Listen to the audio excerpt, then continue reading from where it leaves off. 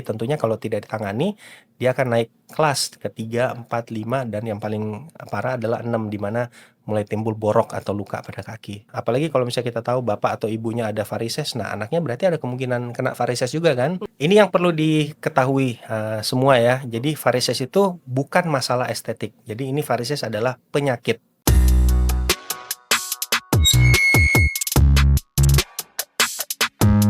Halo, saya Mita. Kita akan membahas mengenai varises hilang dalam hitungan menit. Kali ini saya sudah bersama dengan narasumber kita, yaitu Dr. Yuliardi Limengka, dokter spesialis bedah, subspesialis bedah vaskular dan endovaskular konsultan. Halo, Dr. Yuliardi. Halo Mita. Dokter, boleh nggak sebelum kita mulai nih, kita mohon dijelaskan terlebih dahulu mengenai apa sih itu varises? Ya, jadi mungkin semua udah sering mendengar varises itu apa ya, cuman saya rasa pemahamannya pasti belum 100% benar. Jadi di badan kita ini ada 2 sistem pembuluh darah, arteri dan vena. Vena ini adalah pembuluh darah balik yang mengarah balik ke jantung.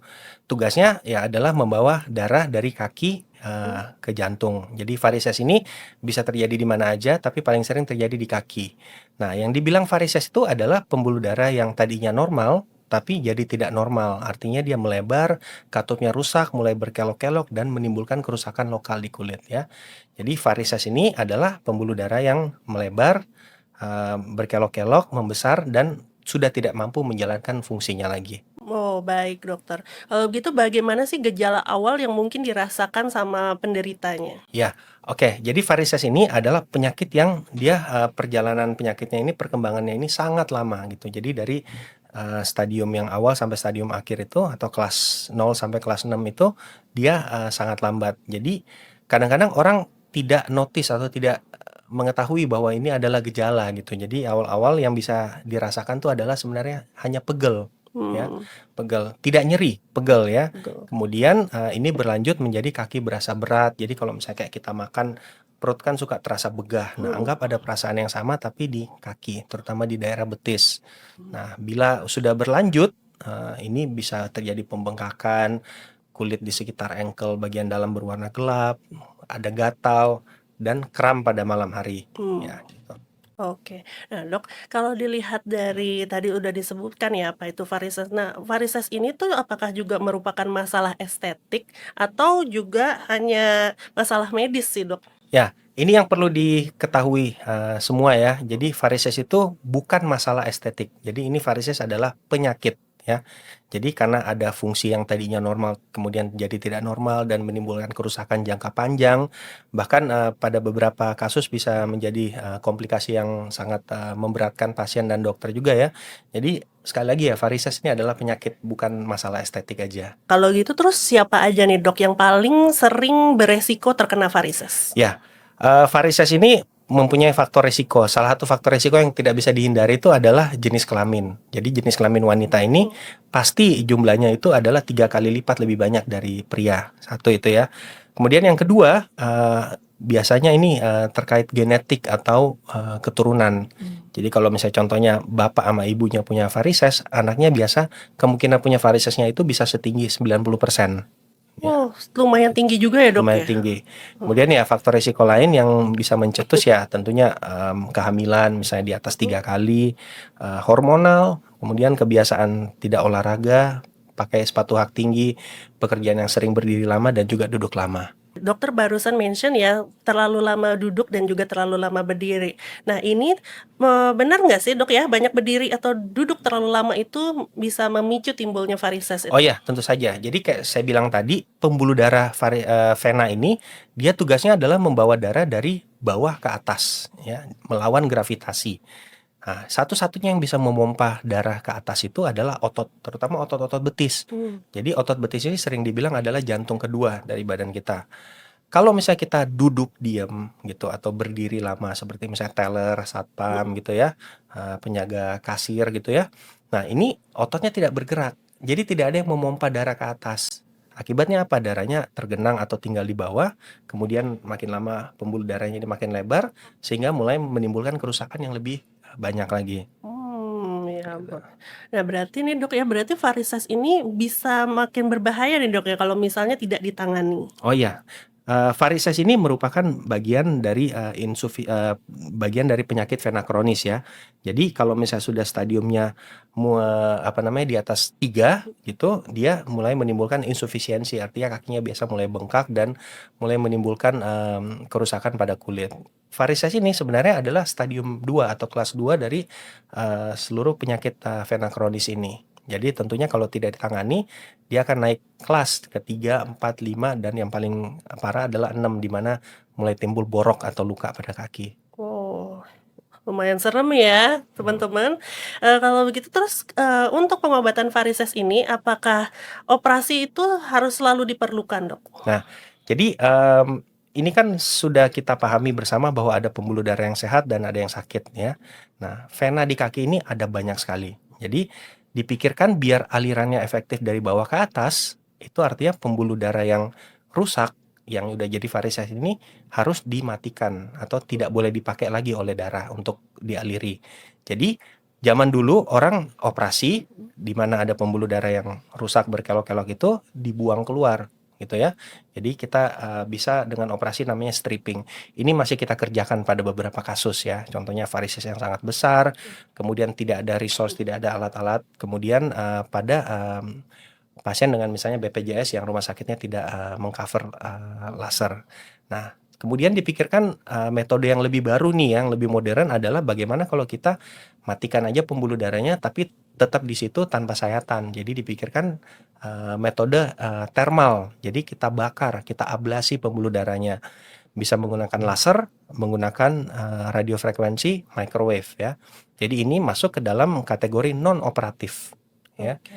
Jadi pasien bisa tindakan, bisa langsung pulang pada hari yang sama, dalam hitungan menit sudah selesai Oke, gitu. baik. Itu tadi sudah ada beberapa metode gitu ya untuk cara pengobatan varises. Nah, boleh dikasih tahu juga ya, Dok, ya, apa saja pilihan pengobatan varises saat ini? Ya, Ya. pengobatan varises modern ini sudah sangat banyak opsinya Mhm, ya. Jadi, kita kategorikan yang pertama thermal, yang kedua itu non thermal, artinya memakai energi panas atau tidak. mhm. Pembuluh darahnya kita ablasi dengan cara kita bakar atau tidak ya.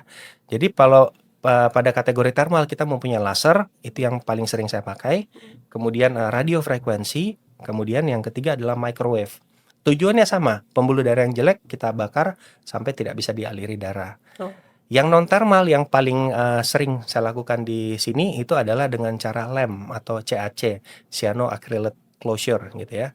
Jadi, instead of kita matikan pembuluh darahnya, kita sumpel, mmm, kita mampetin. Jadi darah toh nggak bisa lewat situ juga, gitu. oke. Ibarat itu udah seperti pipa gitu ya Iya, kita itu betul. ya.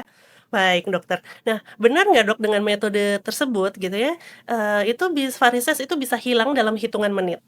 Tentunya bisa. Jadi kalau misalnya dengan kasus yang, simpel, tidak terlalu ribet, kemudian pasien datang pada stadium-stadium awal, itu pengerjaannya sebenarnya satu kaki itu 15 menit sampai 20 menit selesai, ya gitu. Dan, pada pasien yang, ambang nyerinya cukup tinggi, Mhm, bisa kita lakukan dengan bius lokal aja bius sebenarnya, lokal, gitu. oke. Apalagi kalau misalnya dengan lem, Mhm. itu jauh lebih cepat gitu. Oh, Mhm. ternyata ternyata pengobatan untuk varises ini relatif cukup cepat ya. Jadi bahkan, tidak sampai hitungan jam, hanya dalam hitungan menit. Mhm. Kalau begitu dia berarti apakah varises itu bisa sembuh total nih, Dok? Ya, sebenarnya gini, ini kan varises bagian dari penyakit vena Mhm, kronis ya. Jadi penyakit vena kronis seperti namanya aja kronis, artinya ini sesuatu yang berlangsung lama. Nah, faktor resikonya bisa hilang atau enggak, itu yang menentukan penyakit ini bisa balik atau enggak. Jadi kalau misalnya setelah ini saya, tindakan ya, saya mhm. ablasi segala macam, semua varisesnya hilang, pasiennya ngerasa enakan. Tapi pekerjaannya tetap misalnya berdiri seharian, kemudian tidak olahraga ya. Itu yang Nah biasanya agak sulit. Nah, itu agak sulit, ini varisesnya tentu bisa balik lagi ya, gitu. Jadi jangan kalau misalnya habis tindakan terus enakan, itu bukan waktunya untuk terlena, untuk menikmati. Jadi justru itu waktunya buat gimana caranya kita bangun otot, ganti gaya Mmm, hidup, kalau misalnya obesitas kita turunkan berat badannya mhm, gitu ya. Jadi, penyakitnya ini tetap berlangsung di belakang, tapi mmm. gimana caranya kita stop, atau kita perlambat progresnya, gitu. Oke, baik, Dok.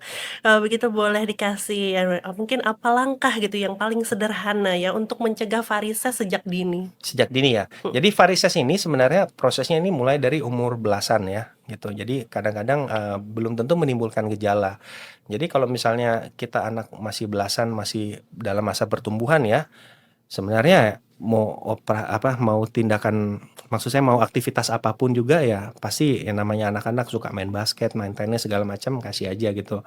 Nah, bisa mungkin, dibarengin dengan olahraga-olahraga yang memperkuat otot betis. Jadi contohnya ya nge-gym, Mhm. kita ajarin squatting, kemudian, lunges segala macam gitu, naik turun tangga ya. Kemudian pakai stocking, Mmm, ya, apalagi kalau misalnya kita tahu bapak atau ibunya ada varises, nah anaknya berarti ada kemungkinan kena varises juga kan.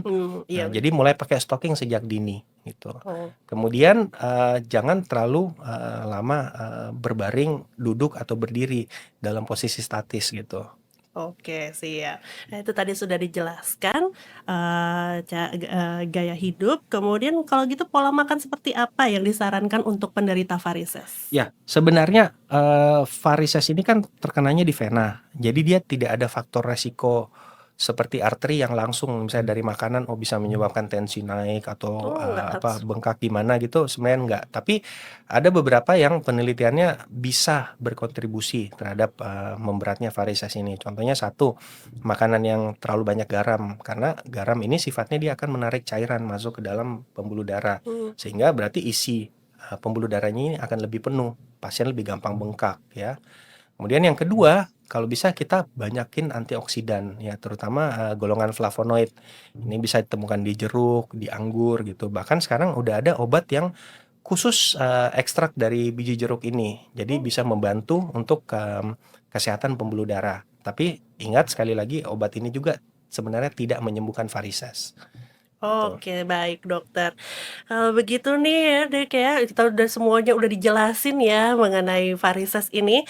Boleh Dok ditambahin pesan dari dokter ya untuk pendengar yang merasa varisesnya tidak parah tapi ragu ke dokter nih untuk konsultasi. Oke, jadi mungkin, pesan terakhir dari saya, kayak varises ini sekali lagi adalah penyakit, bukan masalah estetik. Jadi, bukan kita cari uratnya, bukan kita cari, oh ada lukanya atau tidak gitu. Sebatas misalnya Anda mempunyai keluhan, pegel-pegel, itu adalah satu tanda awal.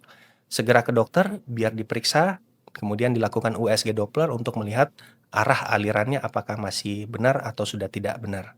Oke? Nah, itu dia penjelasan mengenai varises. Jadi penyembuhan varises itu sangat cepat dan minim rasa sakit. Jadi tidak perlu takut lagi untuk tindakan varises ya, Dok, ya? Iya, nggak usah takut. Nah, Oke, jika kamu memiliki gejala atau mengalami varises, bisa langsung datang ke Klinik Indonesia Vein Center yang berada di T-Space Bintaro 9 atau menghubungi nomor 0822 1090 untuk melakukan konsultasi langsung ke Dr. Yuliardi Limengka. Jadi jangan ragu lagi, konsultasi aja dulu.